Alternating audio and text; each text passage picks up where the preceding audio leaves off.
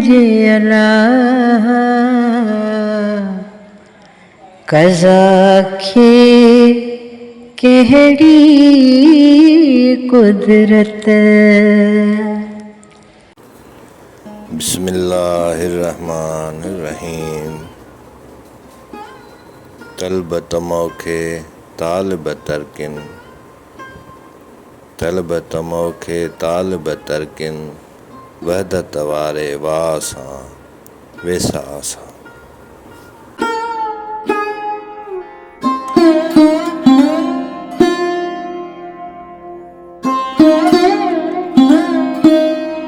हज़रत फ़कीर मौला मखदूम सैयद महदी महबूब आलम जन जी शादी खाना आबादी जे बारे में बयान।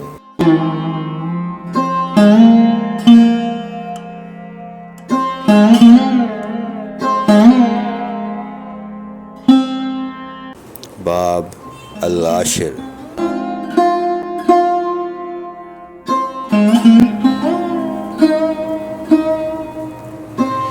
ही मवाद किताब क़ुलूबुल आशिकीन हयातुल आरिफ़ीन मां वरितो वियो आहे, जंहिंजा लेखक हज़रत फ़कीर मौला शेर अली सरमस्त जहानिया जन आहिनि।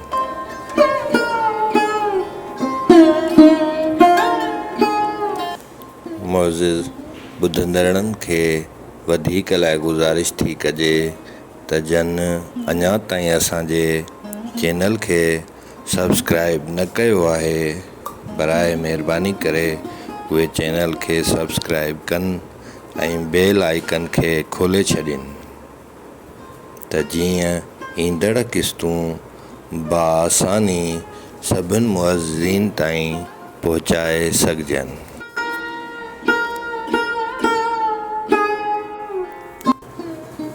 पाण बचपन खां वठी तारिक हूंदा हुआ, घणो करे पंहिंजे हवेलीअ में कोन ईंदा वेंदा हुआ ऐं ॿाहिरियनि मुल्कनि में ज़िंदगी बसर कंदा हुआ।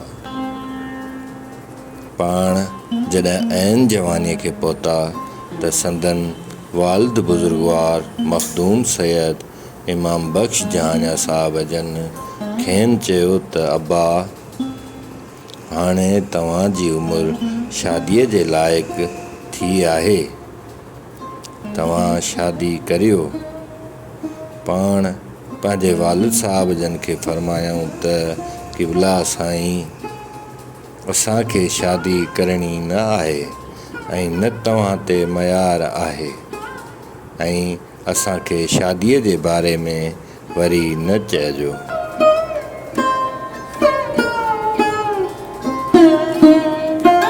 संदन वालिद साहब जन उहा ॻाल्हि पंहिंजे मोहतरमा ज़ोजा सैयदा खे घर ॿुधाई त असां पंहिंजे फ़र्ज़ जी अदाई कई ऐं साहिबज़ादा सैयद महदी खे शादीअ लाइ चयो हो। पाण शादीअ खां इनकार करे छॾियो।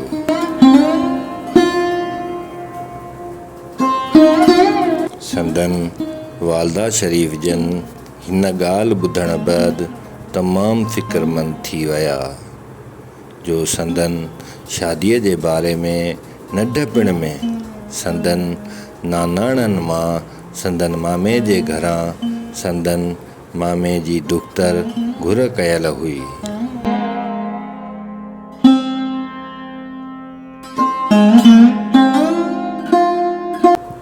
ऐं संदन मामे सैयद पीर अली शाह ज़ुबानी तौरु पंहिंजी हमशीरा जे चवण मुताबिक़ पंहिंजी न्याणी नाले करे छॾी हुई। जॾहिं हज़रत फ़कीर मौला जन जवानीअ खे रसिया त पाण पंहिंजे वालिद माजिद साहब जन खे जवाबु ॾेई पंहिंजे सियाहत जे सफ़र में निकिता।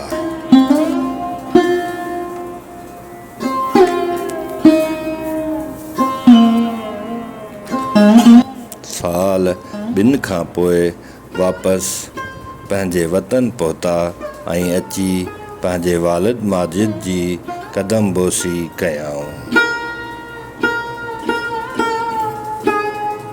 उहा ख़बर संदन वालदा सैयदा बीबी साहब जन जे वञी कन पई त मखदूम ज़ादा सैयद महदी आया आहिनि ऐं पंहिंजे वालिद माजिद साहब जन वटि ओताक में वेठा आहिनि।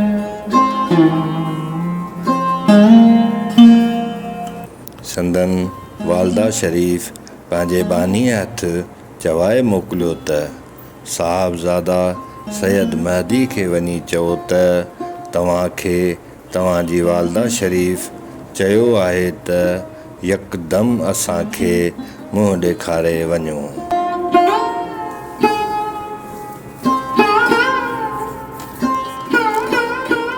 पोइ बानी अची हज़रत मखदूम सैयद महदी फ़कीर मौला महबूब आलम जन खे अची बादब हथ ॿधी अर्ज़ु कयो।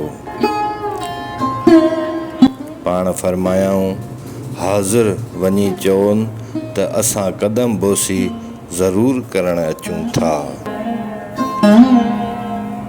पोइ पाण पंहिंजे वालिद साहब खां इजाज़त वठी पंहिंजे घर हवेलीअ में आया ऐं पंहिंजी वालदा शरीफ़ जन जे कदम बोसी कई।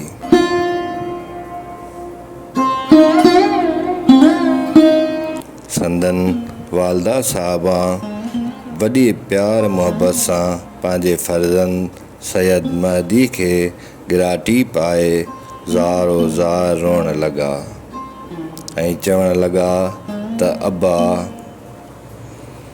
असांजो ही चवणु ज़रूरु मञो जो असां पंहिंजे भाउ सैयद पीर अली शाह साहब खां तव्हांजे नाले सां संदन दुख्तर नेक अख्तर जी घुर कई हुई। हाणे तव्हां शादी न कंदव त सारी उमिरि असां भाउनि खां विछड़ी वेंदासूं ऐं तव्हांजे नाले जेका साहिबज़ादी मुंहिंजे भाउ कई आहे तंहिंजी ज़िंदगी बि जीअरे दरगोर दाख़िले क़बर ज़मीन आहे। जे तव्हां शादी न कंदव त असां तव्हांखे रोज़ क़यामत ताईं थञ न बख़्शींदासीं। ॿिया जेके बि तव्हां ते असांजा हक़ आहिनि उहे तव्हांखे बख़्श आहिनि। असां राज़ी आहियूं तव्हां भले फ़क़ीरी हासिलु कयो ऐं अल्लाह जी यादि में ज़िंदगी बसर कयो। तव्हांखे असांजी दुआ आहे त रूहानी बातूनी फैज़ हज़रत इमाम हुसैन अलैहिस्सलातु वस्सलाम जी मुहबत मां हासिलु कयो ऐं ज़ाहिरी फैज़ पंहिंजे वालिद माजिद बुज़ुर्गवार ऐं पंहिंजे वालदा मां हासिलु करे फैज़ पिरायो। पोइ पाण पंहिंजे वालदा शरीफ़ जन जे चवण मञे संदन दिलि राज़ी करे शादी खाना आबादी कयाऊं ऐं पंहिंजे वालदा शरीफ़ जन सां शर्त विधो हुआऊं त असां तव्हांजे चवणु पूरो कयूं था ऐं शादी कयूं था। हिकु राति शादी करे घर वारी साहिबा समेत तव्हांखे घर में पहुचाए ॿी राति असां हलिया वेंदासूं, यको वेही न रहंदासूं।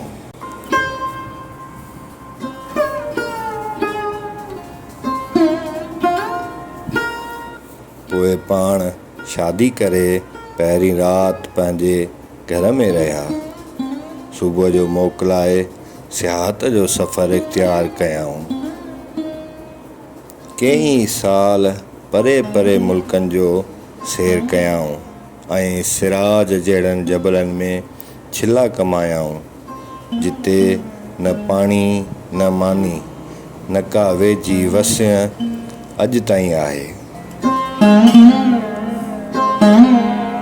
केतिरा साल उते वेही जोग कमायाऊं। ऐं उन बैदि जबल सिराज जा लक टुपी पंहिंजे वतन जो सैरो सफ़र कंदे कोट ॾेजीअ में पहुता, जंहिंजो बयानु पंहिंजी जाइ ते लिखियो वेंदो। पाण खे उन शादीअ मां हिकु फर्ज़ंद अर्जुमंद साहिबज़ादा सैयद मौज अली शाह तौलिद थियो।